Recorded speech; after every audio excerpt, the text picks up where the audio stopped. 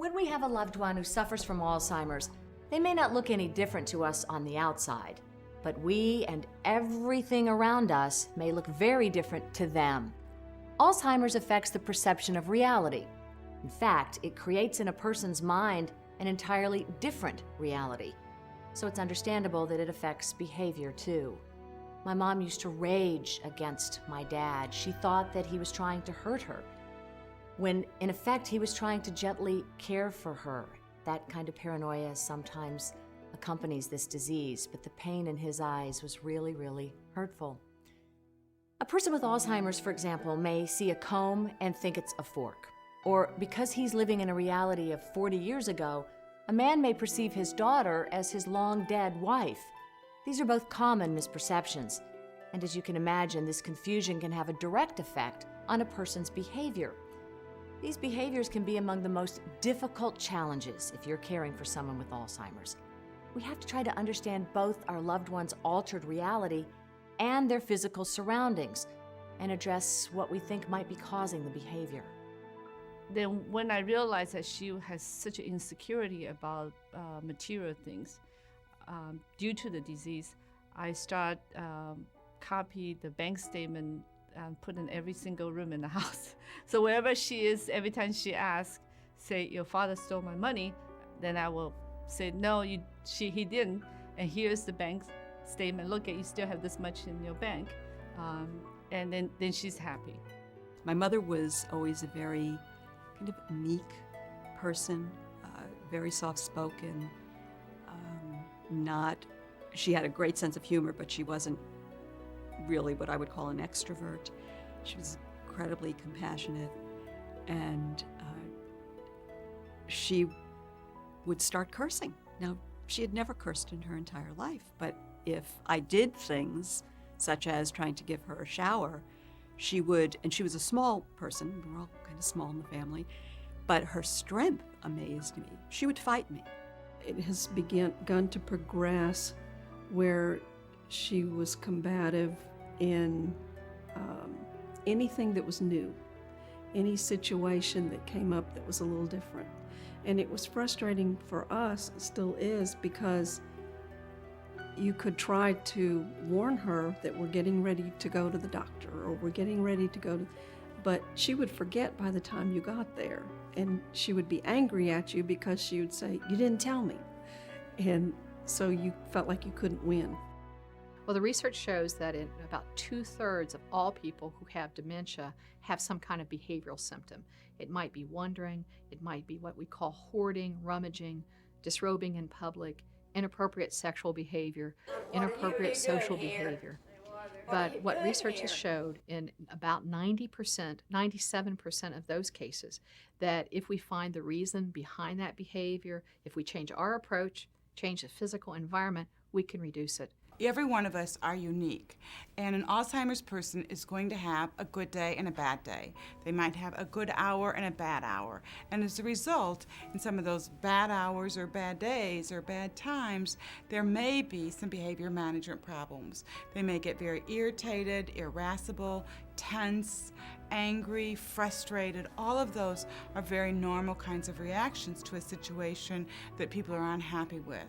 So those are certainly things that we want to stress that to caregivers and to people that are around with someone with the disease, that's normal, that's part of the disease, and it's a disease process. It's not something that the person is doing on purpose. They're not being angry or they're not being ornery just for the sake of being ornery. What happens is when certain parts of the brain that control, that inhibit the normal or typical impulses that one might have as a child or as an adolescent, those types of inhibitions become affected by the disease, and as a result they become disinhibited. They lack the normal inhibitions, and so they have a lot of difficulty with control of impulses, and they may behave inappropriately as a result of that. What are you doing? What are you doing? Looking in the mirror. I know it's me. Yeah.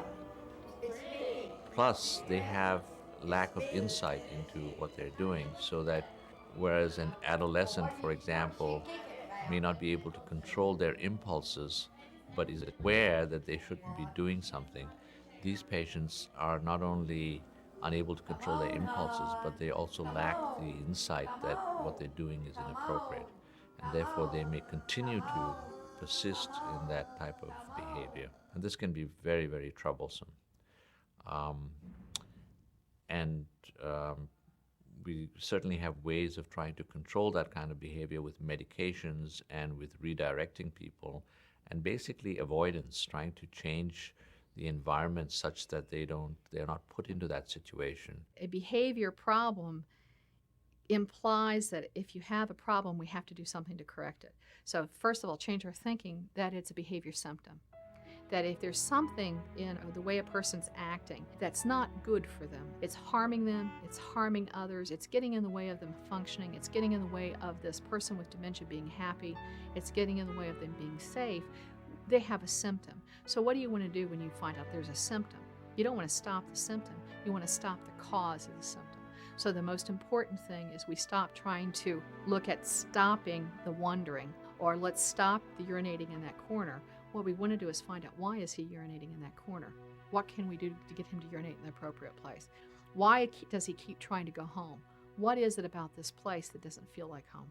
She got to the point where, which is also kind of common, where she didn't recognize herself in the mirror. And I didn't know what was happening. Because I would hear from another room, I would hear her yelling and saying things like, "Get out of my house," and yelling. And I think it wasn't until I discussed that with her physician that he told me what was going on. So we went through and we covered all the mirrors in the house. Some people will say there's what they call the ABCs of behavior management. With each behavior or symptom that the family sees, you think in terms of the antecedent, what came before the behavior, what was going on, what were the circumstances, what time of day was it, what had just happened, anything that might contribute to why this behavior happened. And then there's the behavior itself. What meaning does that behavior have, if any, if you can figure it out? And then the C is the consequence, how we react to that behavior.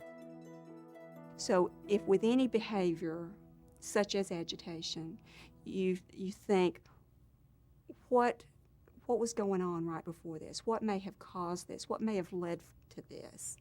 That may not help you with that moment in time, but it may help you prevent it in the future or avoid it in the future. The behaviors that tend to cause the most difficulty for families are when people get suspicious. And they're very likely to get suspicious because they don't understand the timing of events. And they don't remember putting something away. It's gone, they can't see it, and therefore the person standing there must have stolen it. The person standing there may be their family member. And those kinds of accusations from a long-term loved spouse can be very difficult for the family to handle. One of the things most families learn is confronting it, providing rational explanations of where the disappeared item is, doesn't work. Telling the patient that they lost it also doesn't work. It just makes them mad, you know. So most families learn sort of the hard way that you have to deal with suspicious behavior by saying, "Oh, I'm sorry it's lost, I'll help you look for it." It's not acknowledging that you stole it. It's saying you're having trouble and I know you're upset about it and I'll find a way to make it right. Say, Alan, are you gone to bed? You know, come and get ready for bed. And I had the pajamas there, and he said, what? You know, and he was very resistant. And this was early on, you know, before I got a little smarter. And I was saying, put your pajamas on. So he finally put the pajamas on, and he looked at me, you know, like with sort of disdain, and he said, "Is this what you wanted?" And I said, "Yes, now you're ready for bed." He said, "Is this written somewhere?" And that made me realize it isn't written anywhere. And why am I agonizing over this? And what difference does it make? What he sleeps in. And it makes you understand, it makes you change your values of what's important and what's not important, so that you don't agonize, even if they do things differently. You know, where is it written? And how much does it matter? She wandered off one evening while I had her, and I heard the bathwater running, and I had been distracted by a phone call, and I yelled, "Bee Mama, where are you?" And she screamed, "I'm in here." And by the time I had gotten to the bathroom, she was in the tub with the water running. She had her skirt, her shoes, her socks, her hat, her fully dressed. And naturally, like anyone, I said, "What are you doing?" And she just politely said, "I'm soaking my tail." And naturally, I said, "Oh no, but we've got to get you out of here." And then I stepped back and said, "No, that's perfectly fine. Let's just soak as long as you want." So I put the commode top down, and we had the best time.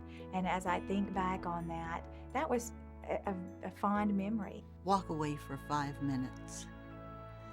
And if the situation gets a little bit tense, if you can walk away and stay away 5 or 10 minutes or even less sometimes, and then they will have forgotten. Everything is individual. Everything is based upon the individual person and looking at certain factors. If this individual is being hostile, being verbally aggressive, being resistant, wandering off, whatever the behavior is, the first one is, have we created within the person who has dementia a feeling of being in control of what's going on?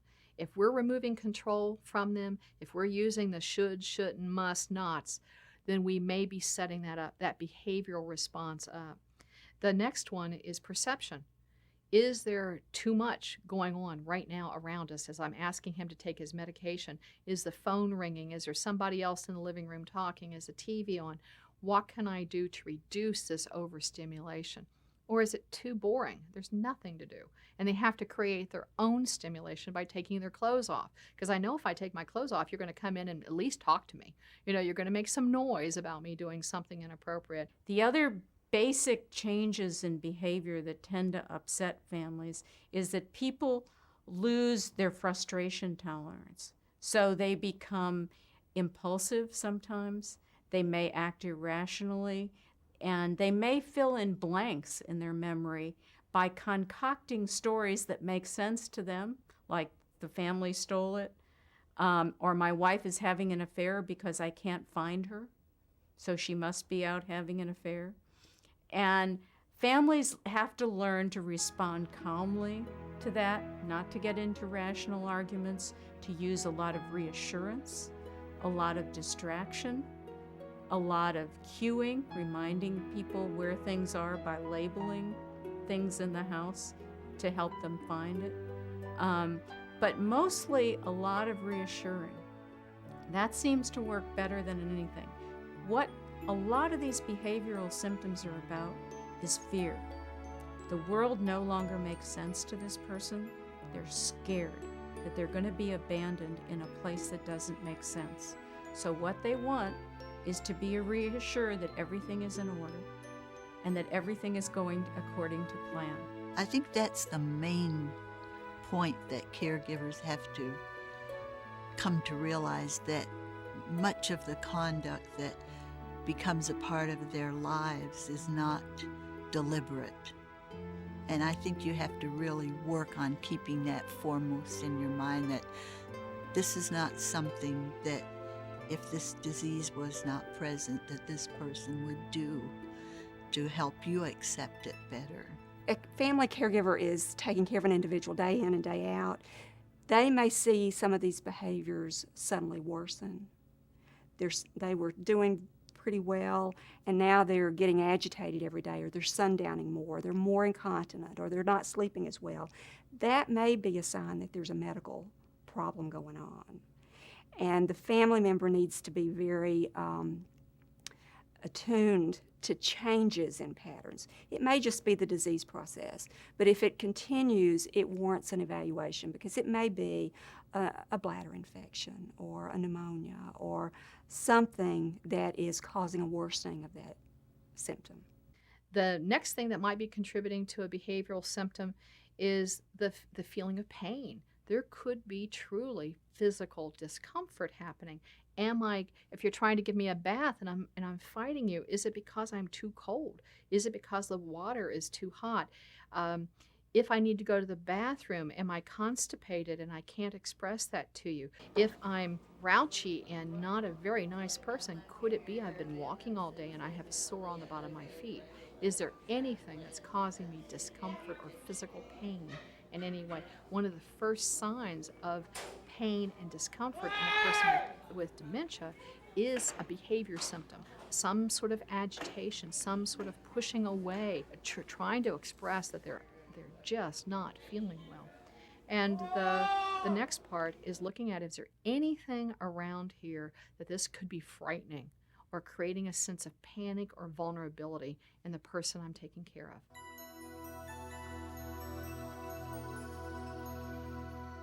For caregivers, one of the most disturbing and unexpected behaviors related to Alzheimer's is combativeness. Most of us are just not prepared for the idea that our loved one could physically strike out at us. But as with many Alzheimer's-related behaviors, there may be a physical cause behind the emotional outbursts. It may be fatigue or a need for more exercise or other diversions. Fortunately, though, addressing the cause can help ease the behavioral symptoms. Combativeness is often just it's what we call a catastrophic reaction, when a person's level of agitation is so great that they just strike out. Again, we have to go back to the personality of that individual. Maybe this person was always a very aggressive kind of person, and this is how they now kind of have an over-exaggeration of some of those activities or behaviors they once had. We've had some real problems with her getting frustrated and angry and pounding her fists on her head, and we have given her a mild tranquilizer, which has helped that. And I was very reluctant to do that. I felt very guilty about it in the beginning because I felt like it was something I was really doing for myself. But after we did it, we realized it's for her benefit too. She was not happy, she was angry, she was frustrated, and it just calmed her down a little bit. Striking out or attempting to cause harm is never appropriate, and caregivers have been injured because of this. Appropriate strategies are to try to avoid situations that might provoke such a behavior. Fatigue is a major cause of aggressive outbursts.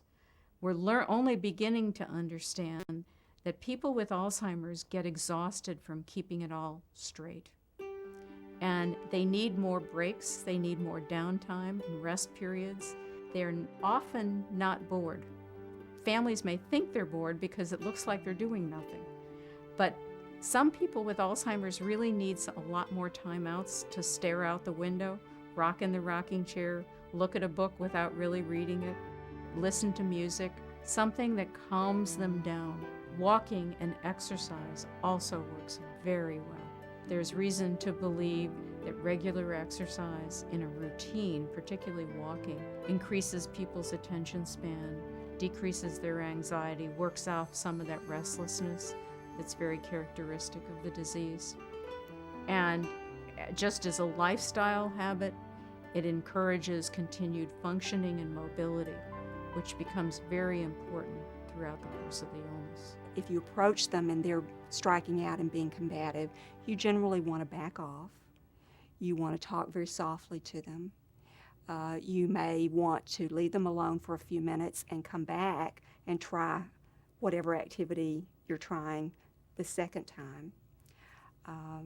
For example, I heard of a gentleman, they were trying to get him up out of bed. He was in an assisted living facility. They wanted to get him up in the morning so he would go eat breakfast. And he would lie in bed with the covers up, and if you tried to pull the covers down and force him to get up, he would strike out, and had actually been very combative at times. So they learned to really kind of tempt him with a cup of coffee that he could smell, a little bite of bacon that he could taste and smell, and just talking to him about getting up and moving. If he started getting ready to lash out, they would back off and just kind of start the process again. So it takes a lot of patience and some sense of humor, I think, to do that. But avoiding the combativeness is really what you're striving for.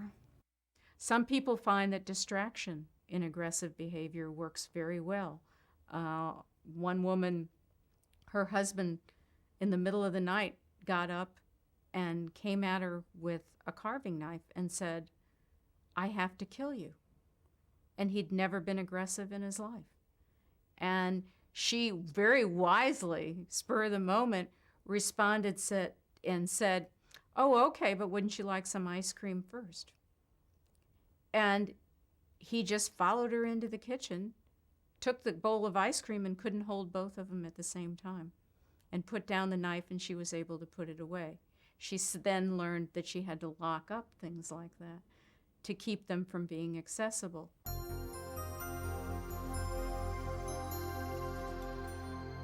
We've already seen how Alzheimer's attack on the brain changes a person's perception of reality. Well, sometimes that perception can be altered so severely that our loved one suffers from hallucinations. For example, seeing and talking to people who aren't really there.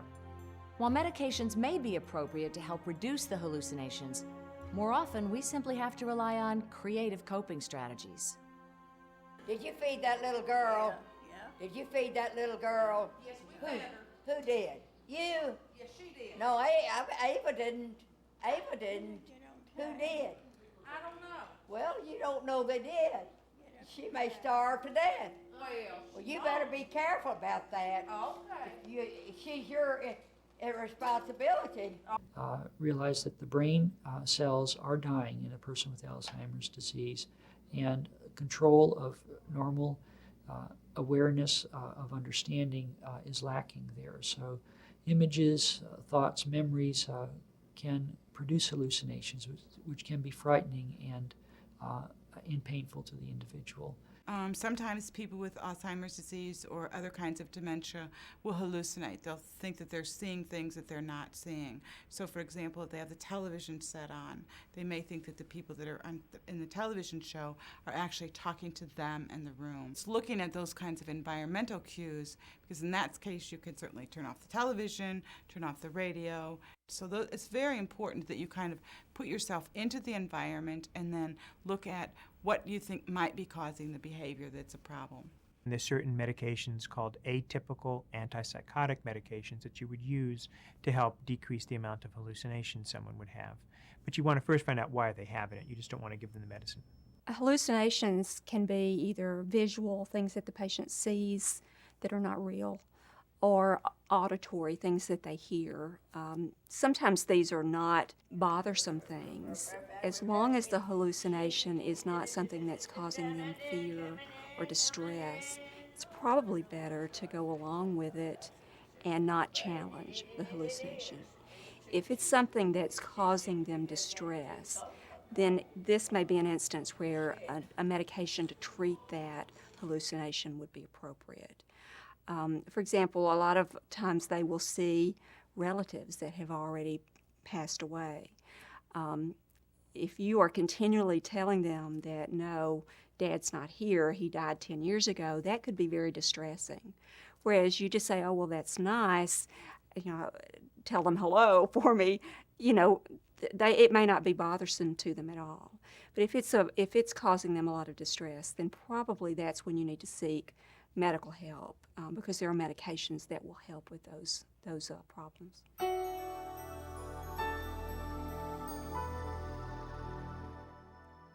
People with this disease can be very busy, and a lot of them really get around. My mother, at a party one night, we couldn't find her, black tie affair, and we're looking around. Well, she had wandered outside, was way out in the parking lot, and when we finally caught up with her, she was out there taking her dress off. And I said, Mom, what are you doing? And she said, I'm ready to go home. I'm putting my pajamas on. We can laugh about it now, but it's scary. Wandering is one of the most common behaviors in people with Alzheimer's. And for obvious reasons, it is potentially one of the most dangerous. It demands both vigilance and a real effort to make your environment secure, and it can be very draining for you. He left, and it got dark, and I couldn't go out because I had the baby. My neighbor got in her car and started driving around. Before it was over, there were about 6 cars from the block circling around looking for him. They didn't find him. We made a call the police finally and made a report. And this happened. He went out about 5 o'clock, and about a little before 12, we got a call. He was at an L stop, and I guess they realized he didn't know where he was going, and they called because of the bracelet. The transportation at the day program would drive her back home. We had a key pinned to her clothes. The driver would unlock the door, and it would still be a couple of hours before either one of us would get home. I get home one night and from work, and she's not there. And Joe says to me, "Ray's not here." Well, I panicked, totally panicked. We called the cops. So that was the only incident that we had where she wandered, and from then on, she was never alone for 2 seconds. All of a sudden I turn around, she's not there. She got out of the car, and we were just panic.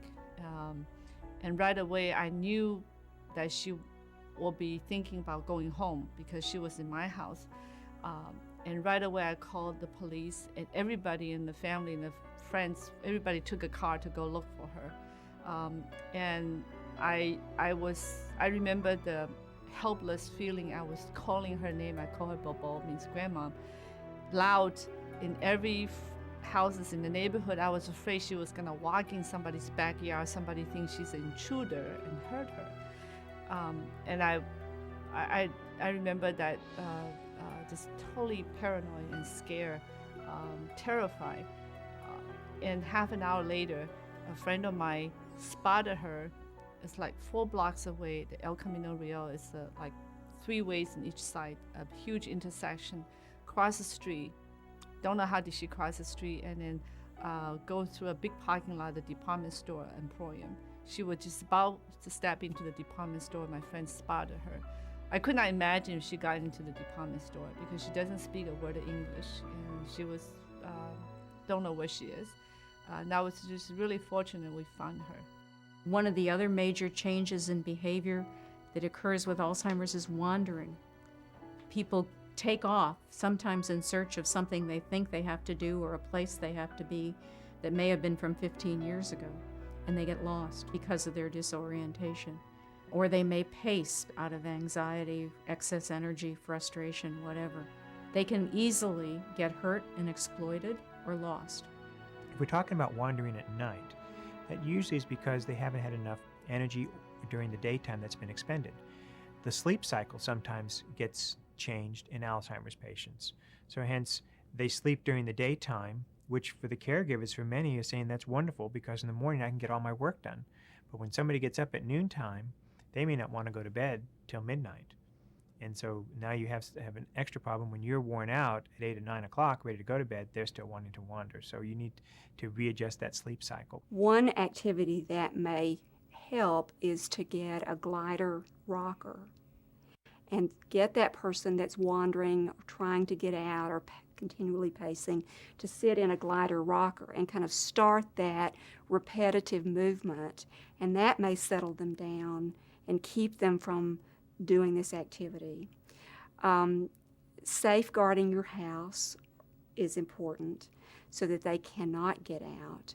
In facilities that care for individuals with Alzheimer's, they will paint the doors and the door facings the same color as the wall if they want to kind of camouflage that exit.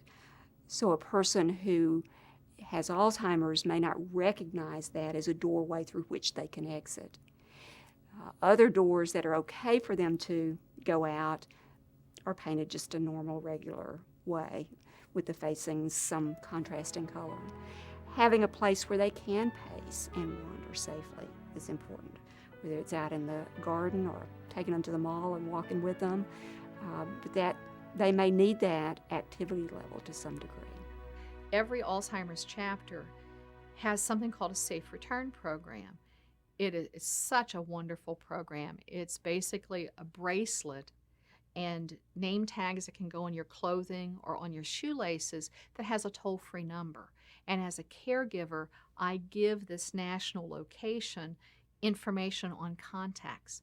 So if my loved one is found outside of safety, they're found away from me, whoever finds them, the police, a neighbor, can call that number and be able to get them back home to me. That program is a minimal one-time cost of under $50. At this point in time, there are close to 15,000 people that have been enrolled in Safe Return, and we are experiencing a 99% success rate of being able to safely return families to their home when they are enrolled in Safe Return. I heard a story about a man in Houston who was living at home, and he got out from his house, and he still had an active credit card in his wallet. And he walked outside, and he hailed down a cab. Cab stopped, and the man said, "I want to go to Atlanta and see my daughter." So the cabbie drove him to the Houston airport. He walked in. The first person he said, "I want to go to Atlanta to see my daughter." So they directed him over to the Delta counter.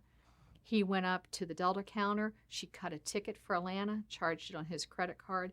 He flew all the way to Atlanta, got off the plane in Atlanta, and his daughter had died 30 years ago. There was no one in Atlanta. He had no identification in his wallet except this credit card, but he had on the Safe Return bracelet. So they called that Safe Return number, and they had him back home by the end of the day. So that's how Safe Return can work. No matter where that person is lost, they can get him back to where he belongs. Depending again on the disease state and the progression of the disease, how far and what you would do for somebody wandering, sometimes medication is needed to help adjust in that. Behavior therapy will work for someone who has mild to moderate disease. Moderate to severe disease, behavior therapy doesn't work because they don't remember what they're supposed to do.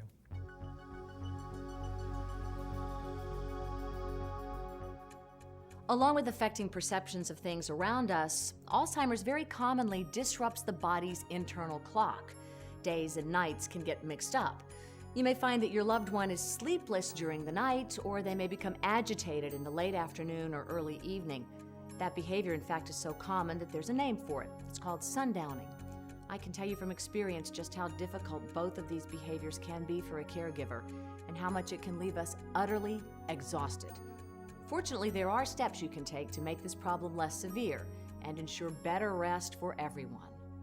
He would get up in the night and he would move things around. Like at one time, at first, I was in the bedroom, and then finally he was so restless and I had moved into a different bedroom. And then sometimes if I was able to sleep and not hear him get up, sometimes I would get up in the morning and all the linen would be off the bed, folded very carefully and placed on the dresser.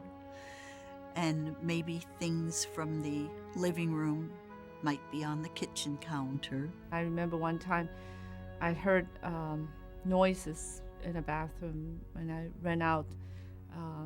She could not, because she had suffered many minor strokes, so her speech ability just getting worse and worse. So she could not call out for help. She fell down, and she was using this garbage can, just hitting the floor, making noise. I don't know. Maybe that's her way of trying to call some help.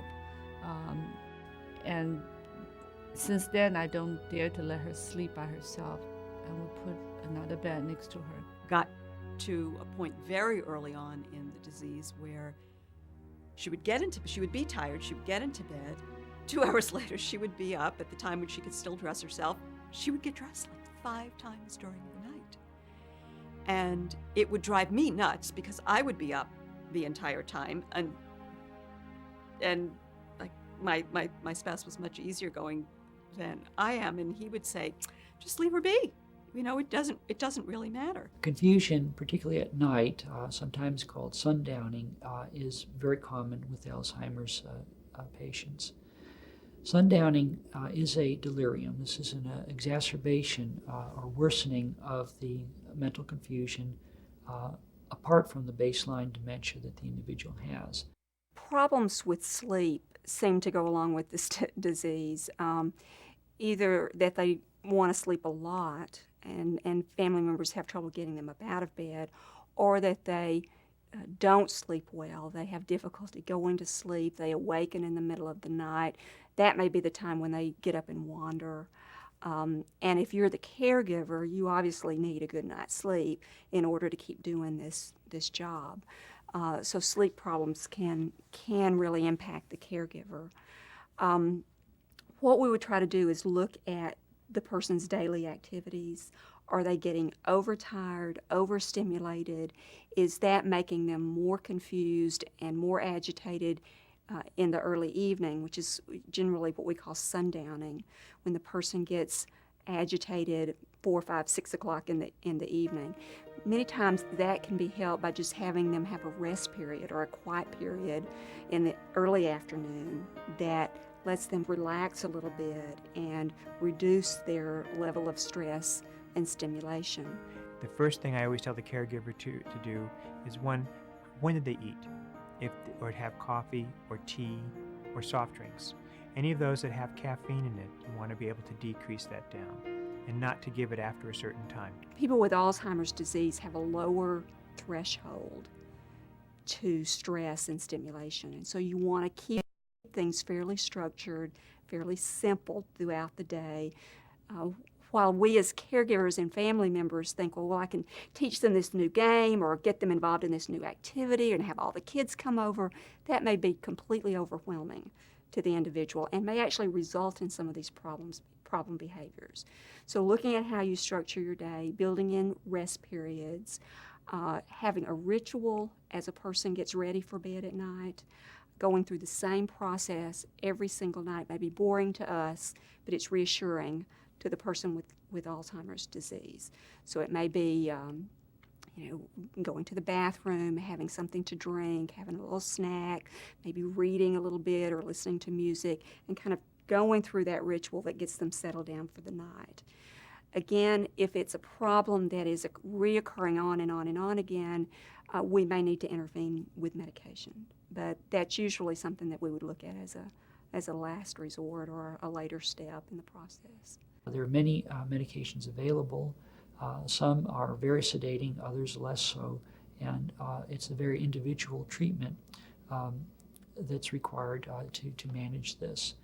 The caregiver needs a lot of support. Nighttime agitation is very wearing on the caregiver because that interferes with the sleep and rest that the caregiver also needs, and is often when unresolved, is often a reason to refer the individual for long-term care.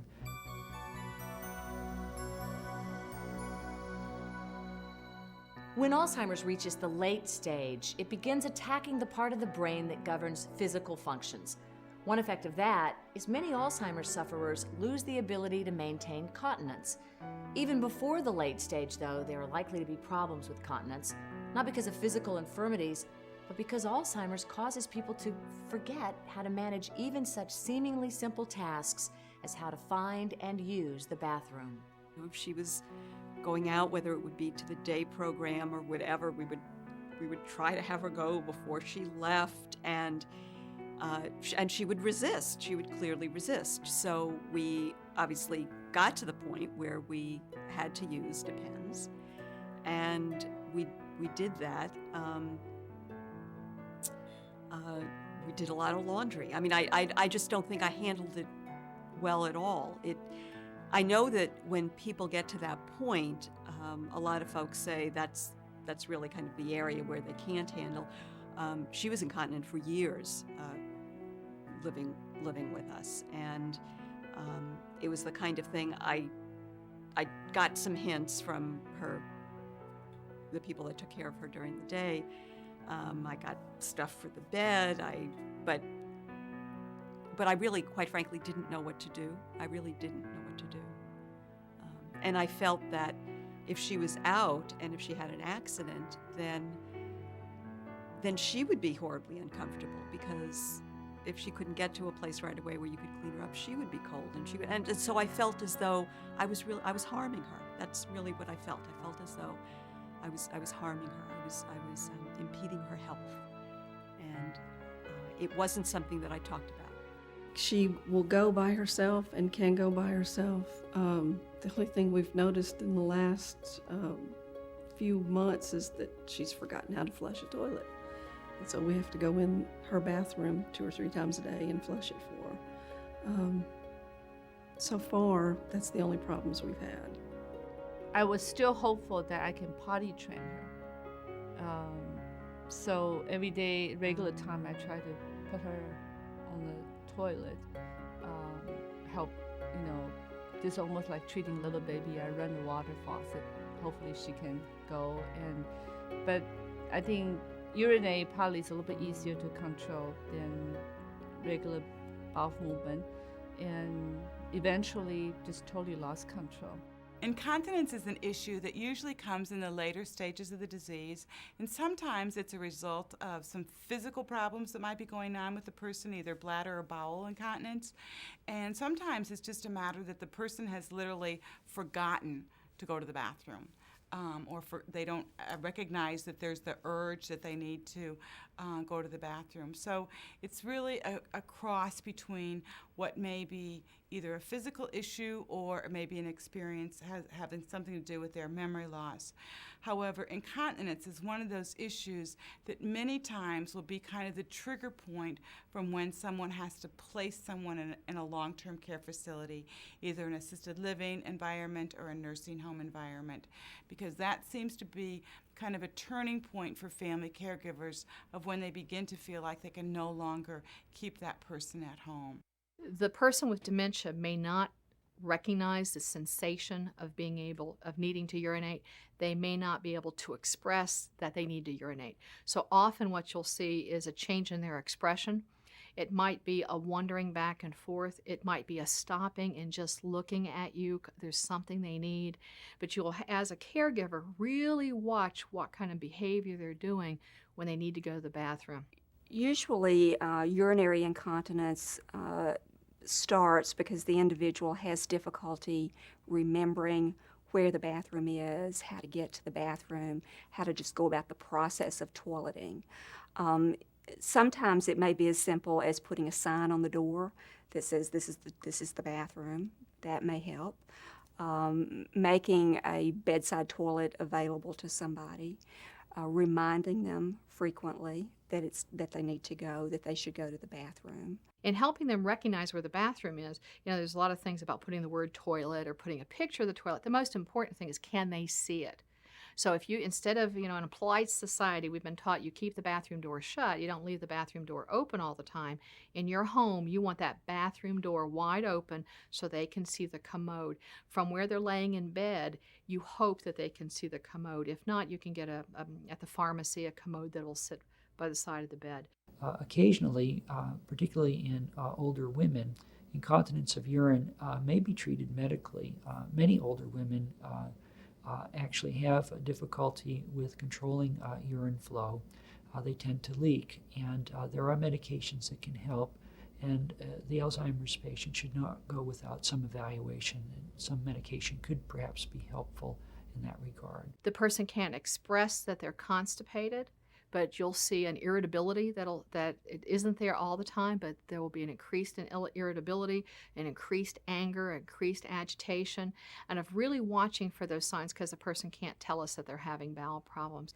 As the disease progresses, sometimes fecal incontinence becomes a problem, and that's often much more distressing to caregivers. Again, we can look at diet, at activity level, at fluids, at medications, and kind of prompted toileting to try to eliminate some of those problems. It may not be totally fixable, but certainly we can help by helping the family member evaluate why this is happening and look at things that we can put into place.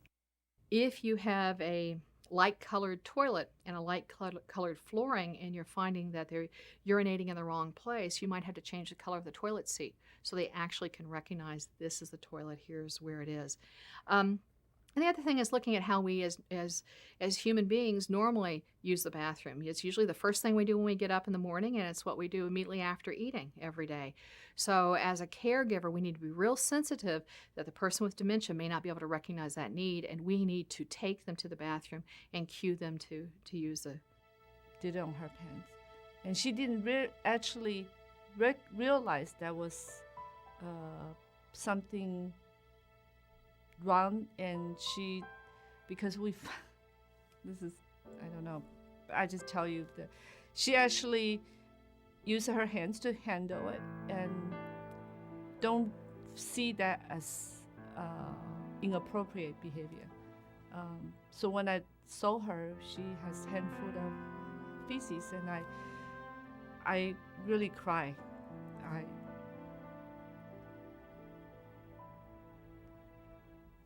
I cannot expect somebody I love so much could behave that way. And I just heartbroken when I saw that. And I think it's different. My mother was worried more about how my father's gonna react, was just really hurry up and cover up, clean up, don't let your father know. I didn't reach out a whole lot. I have to say that. I felt as though this was something. No, I could take care of it. I was very stoic in that way, probably stupidly so. But I just really didn't. I didn't reach out. I worked with one woman who went into a janitor's closet and saw a large mop bucket and was trying to take her clothes down. And when I tried to tell her, no, this isn't a restroom, that didn't work with her reality. In her mind, this was a small, dark place that was next to the kitchen, and it was next to the kitchen, and here was a round, wet object, and in her mind, she was in a restroom. So the more you would try to say, no, you're not in a restroom, you're not doing it in the right place, the more agitated she'd become. So I just had to take my way of thinking into her way of thinking and say, you know, this isn't a very clean restroom. I know a clean one right down the hall. So she looked around and said, oh, it is dirty. And we moved to a cleaner restroom. Oh, this is one of those dirty restrooms. Let's go to a clean one. So turning everything into a positive.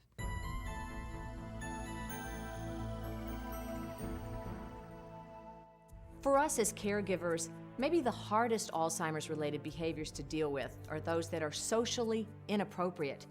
Even after the first time it happens, it will seem shocking to see a loved one undressing or urinating in public or exhibiting behavior of a sexual nature.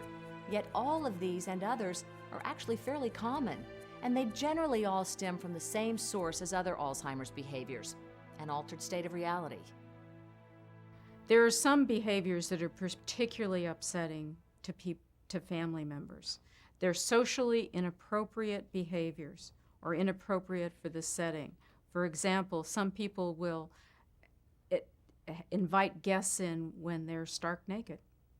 They're not aware that they are not dressed appropriately, and it can be very embarrassing for families when someone comes down and there's company there and the patient is not dressed. Some individuals with Alzheimer's disease become less inhibited, so they may say things or do things that they would never have done earlier in their life.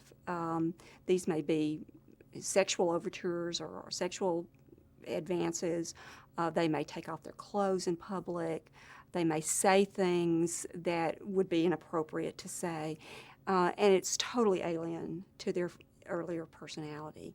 Family members can be very distraught about this, obviously, but it is the disease process that's making this happen. Again, generally with that, distraction is one of the best things that you can do, because their memory is so short that they forget kind of what they were doing and what they were involved in. Some individuals do get just really overtly disinhibited and require medication to help. Many people with Alzheimer's disease also confuse identities between the present and the past, so that they think a daughter or a son is actually their brother or their sister because they've gone back in time. Or they may think that a daughter is the wife. And they may make sexual advances to a daughter or to some inappropriate younger person, assuming they're someone else. So the first problem we have is someone misperceiving other folks. If I have dementia, my son might come to visit me, and I might misperceive my son as my husband and touch them inappropriately. So often it's really helping in counseling family members that this is not terrible act that the father or mother is doing. It's a total misunderstanding of who that is in front of them. Sometimes they're not sexual advances. A lot of times when people expose themselves or playing with their genitals, it has to do with looking for a bathroom, and it's not a sexual act at all. But some people do make sexual advances to their children or to inappropriate people. And that needs to be handled very calmly. You can't preach, you can't accuse, you can't say, why would you do that to me? I'm your daughter. You know, you're just a dirty old man. None of that stuff is very helpful or effective. What you have to do is calmly remove the hand and distract. And then hope that the forgetting will work for you, that the person will forget the incident and won't feel so bad about it. Now, the family still has to deal with their own feelings about an adult acting in a non-adult or inappropriate way. If the person with dementia moves into another setting where other people with dementia live, they may forget who their spouse is. They like their spouse is a nice person, and they enjoy the visits from their spouse, but they may find someone else who lives in the nursing home or the assisted living building and now believe that that person is their spouse. You might find them when you go visit, you might find them sitting on a couch holding hands. And that's a real difficult situation for the family. And I think for the family, the most important thing is to look at what's the most beneficial for the person I love. Trying to impose upon them, John, I'm your wife. John, don't you recognize me? John, I'm your wife, may be futile. It may be just create frustration for the person with dementia and the family. So sometimes it's better just to love them, to let them have that relationship, have that joy in life, and have them accept us in any way they can.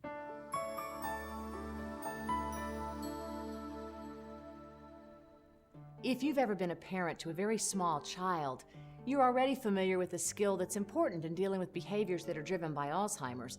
It's called redirection. As you soon discover, you can't entirely reason with someone who lives in a very different reality, but you can refocus them, redirect their behavior in a way you can manage or that doesn't cause harm. In the very beginning, I made the age-old mistake of trying to talk logically and rationalize it. And I think I probably realized very soon that that didn't work. And I finally got to the point where I knew that as soon as she would say something, she would be on to another subject, or she would forget it. What we found is what she would respond to, just going back to her clothes and to her jewelry. If she started to get into something, she would raise the piano. She had an old piano, and she would constantly raise it, and it was about to break the top of the lid.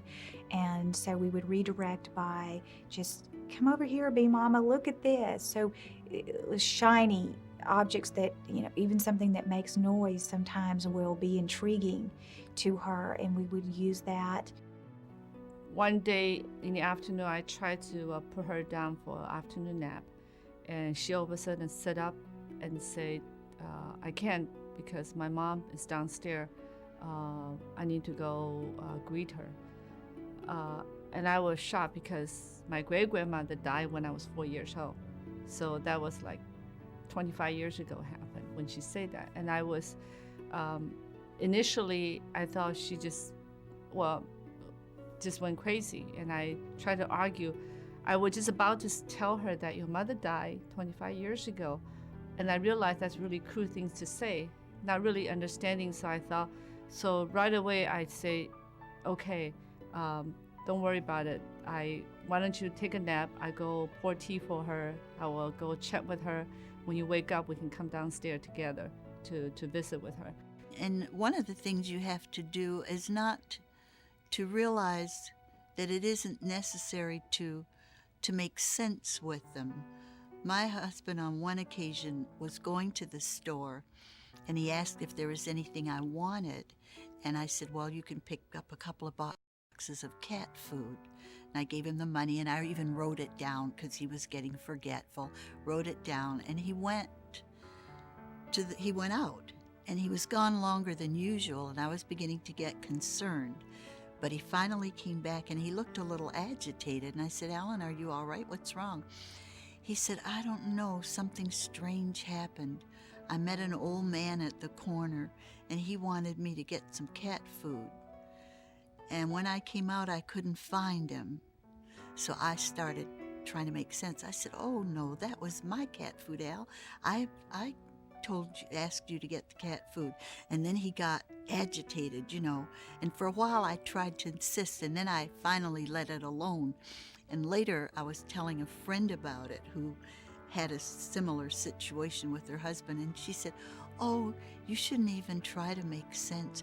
Just tell him the man left and you didn't give him the cat food, you still got it. Well, that's a good thing, because we can use that cat food, and just go along and not try to have them make sense of something that they're not understanding.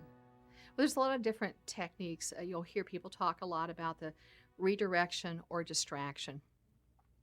That concept is you're basically taking the person's mind off of what they're doing right now that we may not want them to be doing and refocusing them on something much more positive. Rather than confronting them with, no, we can't do that right now, or, that you're doing something wrong or whatever, we really use that as a technique of trying to engage them in another activity that will be more comforting and more calming to them. Oh, what you doing? What are you doing? Well, oh, me, that looks good. Who fixed that? Oh, thank you, hon. Have some of it now. One of the behaviors that often is seen as a person going to an unsafe place, going to a door that outside of that door is not safety. So one way of approaching that, a negative way of approaching that, would be saying, John, no, don't go there. Now, if you can imagine having Alzheimer's, and just about 90% of things that you're going to do that day are going to be wrong. What it's like to be told, no, don't, you shouldn't, you mustn't, you can't, constantly, 24 hours a day. And that although that seems the most appropriate thing to do, that just has a debilitating effect on any individual. So turning how we approach it into a positive. And so if John's going to the door I don't want John to go to, I say, John, there you are. I've been looking all over for you. Come here. I've got something to show you. John, I need your help. I've got something over here I need your help with. You really need to know the person you're working with. If it's a person who wants to be helpful, you ask for their help. If it's a person who loves food, you say, oh, I've got these cookies I want you to try. But of turning it around into something much more positive. If a person is just determined that they want the car keys and they want to go drive, and they're saying that over and over again, and they're just getting themselves worked up, and they want the keys and that they want to go drive now, you may be able to take that person and say, well, we'll go for a drive later. Let's look at this picture album.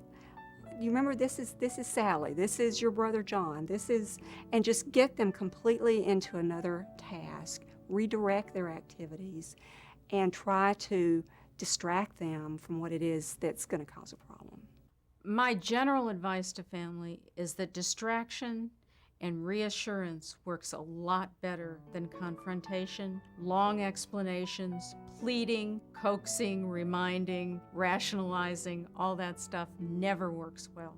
Quizzing people also doesn't work well. And to diffuse a confrontation, it's better to kill people with kindness, to be overly polite, overly reassuring, and most families find that the most effective distractions are food or sweets in particular. As one woman said, there is nothing that 3 scoops of ice cream won't change. Caregivers many times become frustrated because they can't answer the questions that the person who has the disease wants to know. And many times you don't have an answer. For example, if somebody says, I want to go home and see my mother, your answer may be, your mom's been dead for 18 years. Well, that may not have something that has the Alzheimer's type patient comprehended and can understand. Instead, redirecting that question to, what was your mother like? What type of person? Tell me something more about what you did as a child. Now, remember, Alzheimer's disease is short-term memory loss, which then can go into longer-term memory loss. depending on the stage that they're at, long-term memory may still be intact. So they may say, I remember a day that I had a picnic with my mother on the beach. And that was a very pleasant memory and a pleasant thought. It's perfectly okay to say to somebody, you must really love your family to want to go home. Or you must really feel like, you would feel better or you would feel safer if you went home. Or I know it must be scary being here where you don't recognize people. Those validate the person's underlying feeling without saying to them, well, you can't go home anymore. Don't you know that? There's nobody there. One woman, a caregiver, always gave her mother a Barbie doll. And she would give her mother a washcloth, and the mother would be so busy washing the Barbie doll that she would allow her to wash the private parts because she wasn't looking any longer. She was distracting her with the Barbie doll. So that's kind of the technique of distraction, is finding a positive way to take what that person's doing. Many families also find that a distraction like offering a ride in the car, suggesting that they go out, or suggesting that they do something very simple. Like one woman found she could not leave her husband without causing major anxiety, even to go across the street for a brief period of time when he would have been perfectly safe. And she found that if she said, honey, I'm going to throw another load of laundry in, that was a familiar enough phrase that he trusted it and he didn't get upset and he didn't follow her or cling to her. You know, Alzheimer's taught me an important lesson. Sometimes little white lies may be the only way to deal with a loved one who's living in a different reality from everyone else. I know you may find it difficult to be less than fully honest with someone you love so much. Those of us who've been caregivers can tell you that there are times when telling white lies isn't simply for our own convenience. It creates a better outcome for the person we're caring for. Though you should use them carefully, these therapeutic lies are such a time-tested strategy that experts have coined a term for them: fiblets. I think everyone is somewhat apprehensive about being dishonest, and as I was in our family, but realizing that it's for the good of our loved one to keep them from being agitated and irritated and getting so upset. If you can prevent that by, if it means, yes, we fib or we exaggerate the truth somewhat, I found that to be favorable in terms of the outcome. I feel it's not necessarily lying, but I thought it was okay just to give her the answer she's looking for. Tell her about it, and then she's okay, because it just need to hear a response or hear an answer. That's all she's looking for. He would ask about family members sometimes who are deceased, and why hasn't my sister been over here lately? And you don't say, well, honey, she's been dead 2 years. You say, well, we'll have to check with her. I'll do that. I'll make a call and see.